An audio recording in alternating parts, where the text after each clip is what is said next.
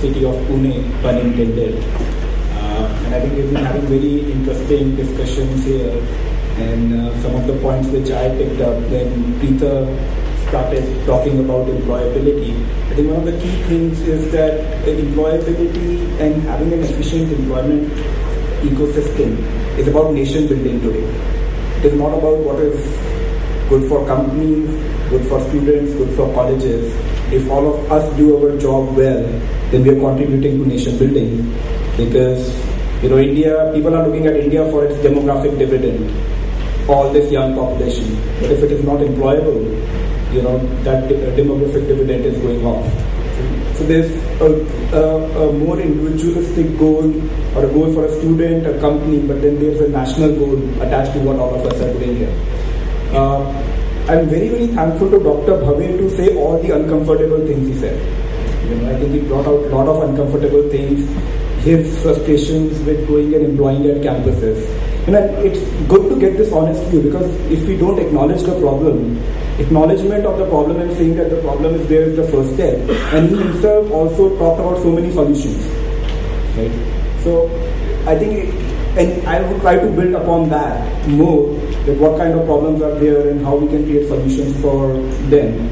And Shaina talked about, again, breaking a myth that there is more talent and less jobs. It's very interesting when you go to colleges, they say there's more talent and less jobs. When you go to corporates, they say there are more jobs and we're having a hard time finding people.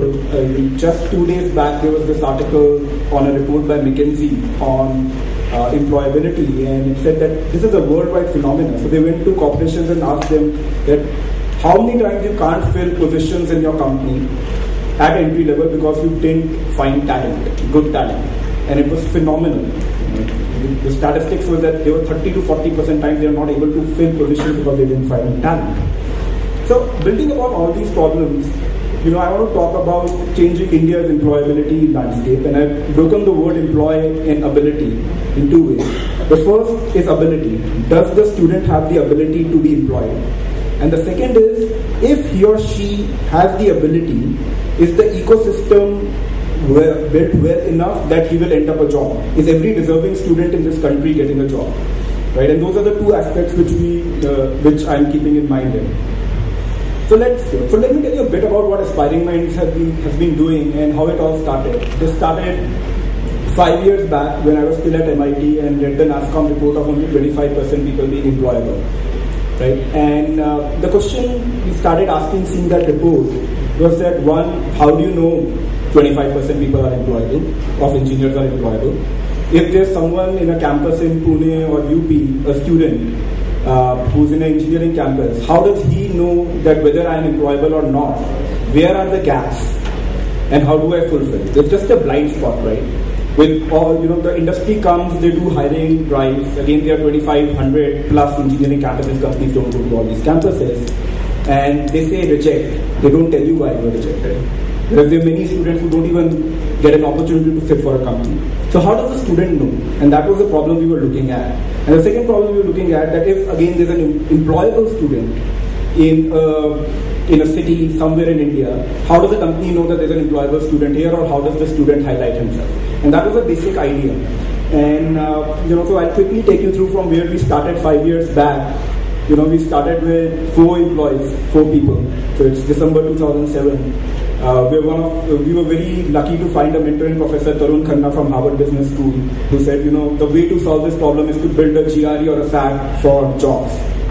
Standardized assessment test, which can give feedback to students on where they lack on their employability skills, which the industry recognizes. That yes, this test can really find out who's employable and who's not. And if we can build this test and do it scalably across the country, we can give feedback to corporates, we can give feedback to students, we can give feedback to colleges. We started with 4 modules, 8 colleges, all around NCR, that's where I come from. 850 students who have taken AMCAT. AMCAT is a flagship product, assessment product. 4 corporations. All these 4 corporations were me and my co-founders, friends, companies, who said, let me give you a chance and try this out. We ended up getting 20 jobs to these 850 people. Out of these 850 people, 20 got hired in these companies. but we had a lot of passion. And we built since then, and where we come today, we are a 200 plus employee company with offices in Gurgaon, Bangalore, and now in Mumbai with a pan-India presence. We have 35 plus modules. Again, very, very, in line with the discussion happening. We had aptitude and programming. Now we have aptitude domain, which has programming, mechanical engineering, electrical engineering, electronics, personality assessment, behavioral assessment. So there was just a discussion about testing competencies, and this assessment is especially targeted towards competencies. To give you an example, building upon what Dr. Bhave said, how does a person react to feedback? How is the person trainable?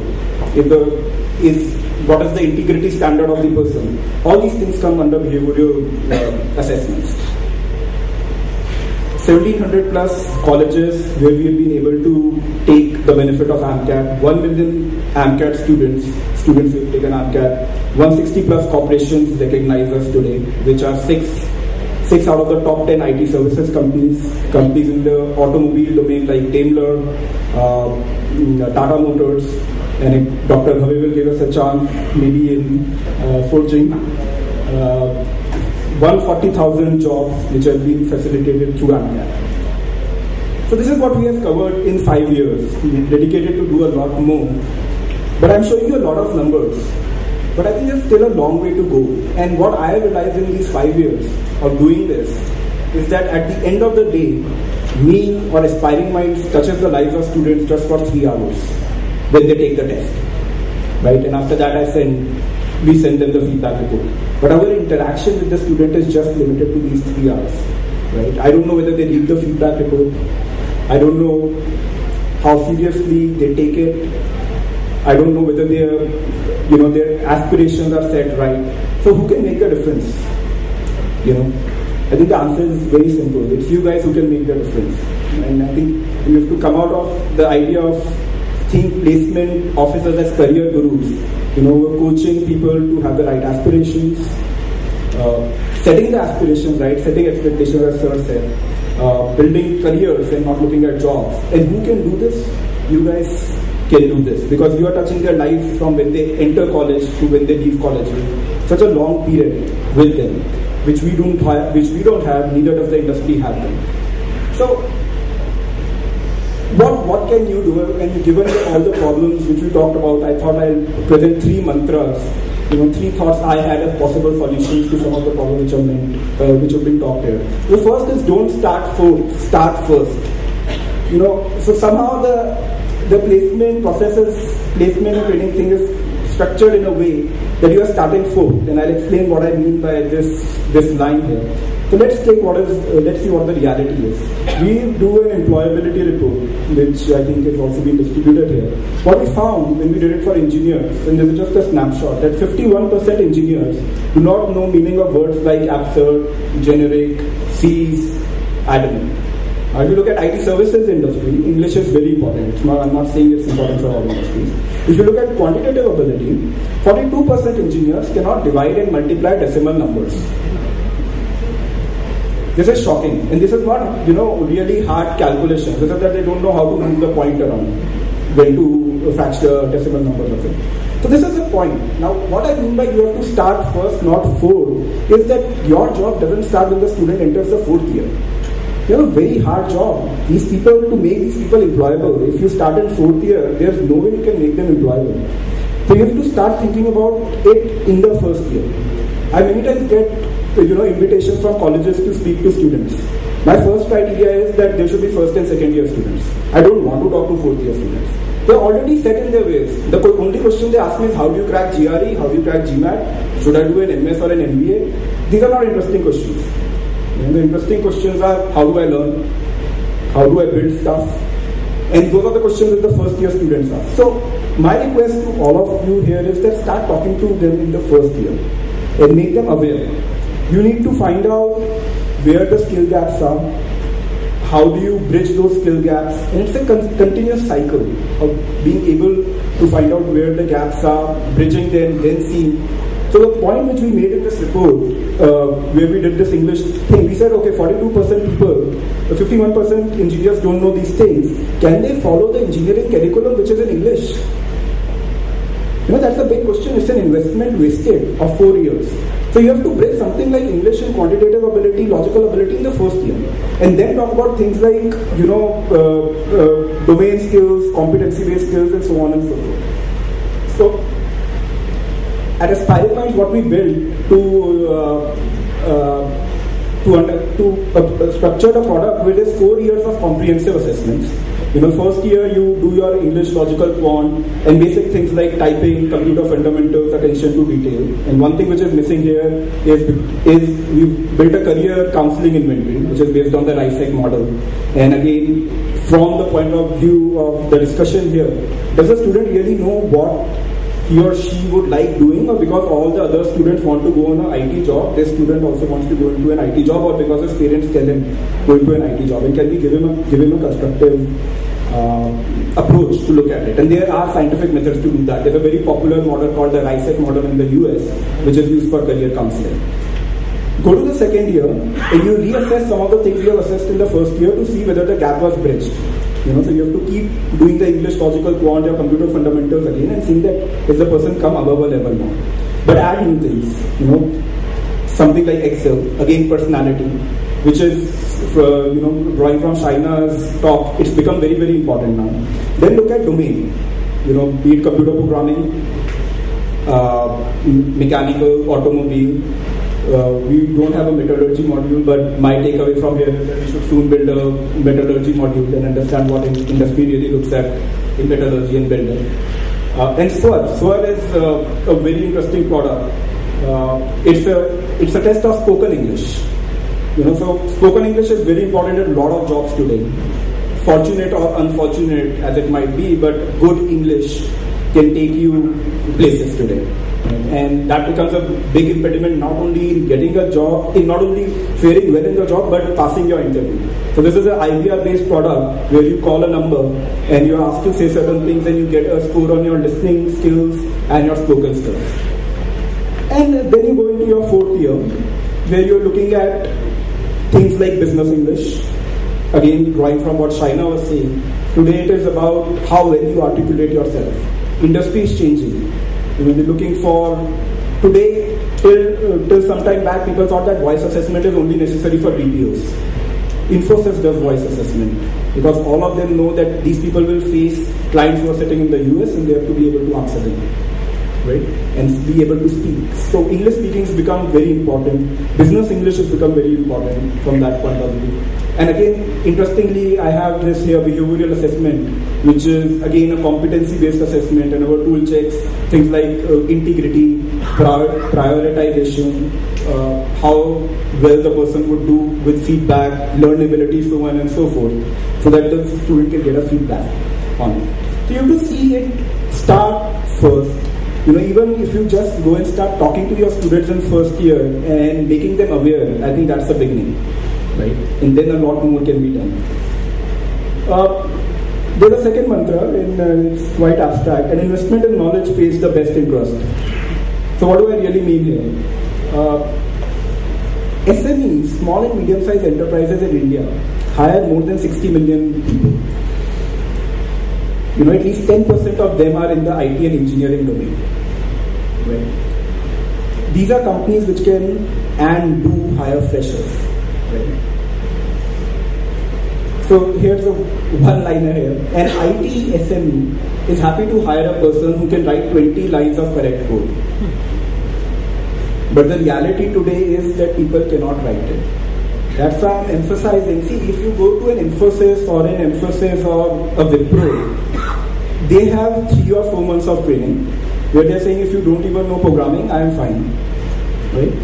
I teach you if you have the aptitude. And SME cannot do that. They have to learn on the job.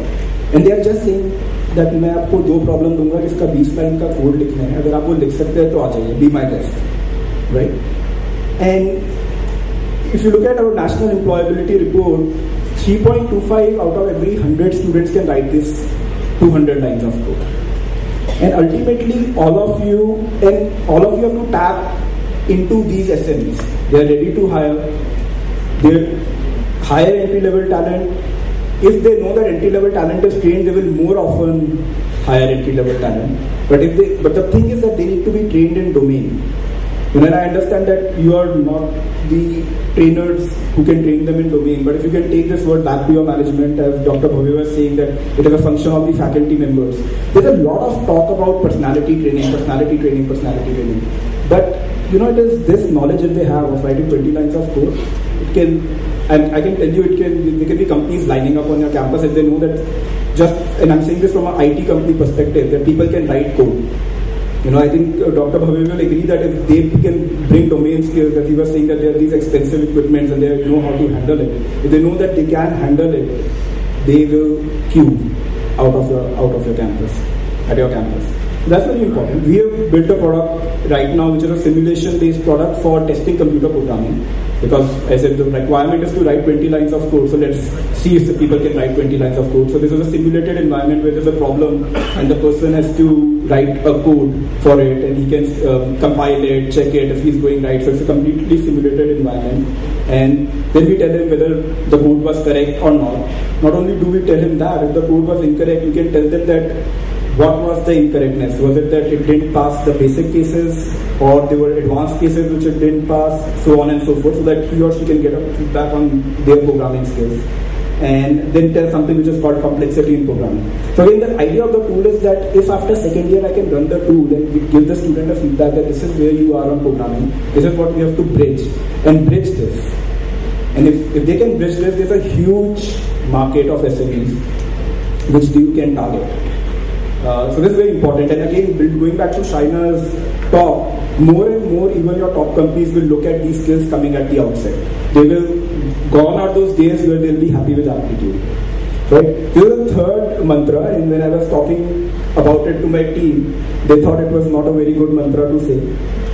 So the mantra is, but I'll say it because I believe in it.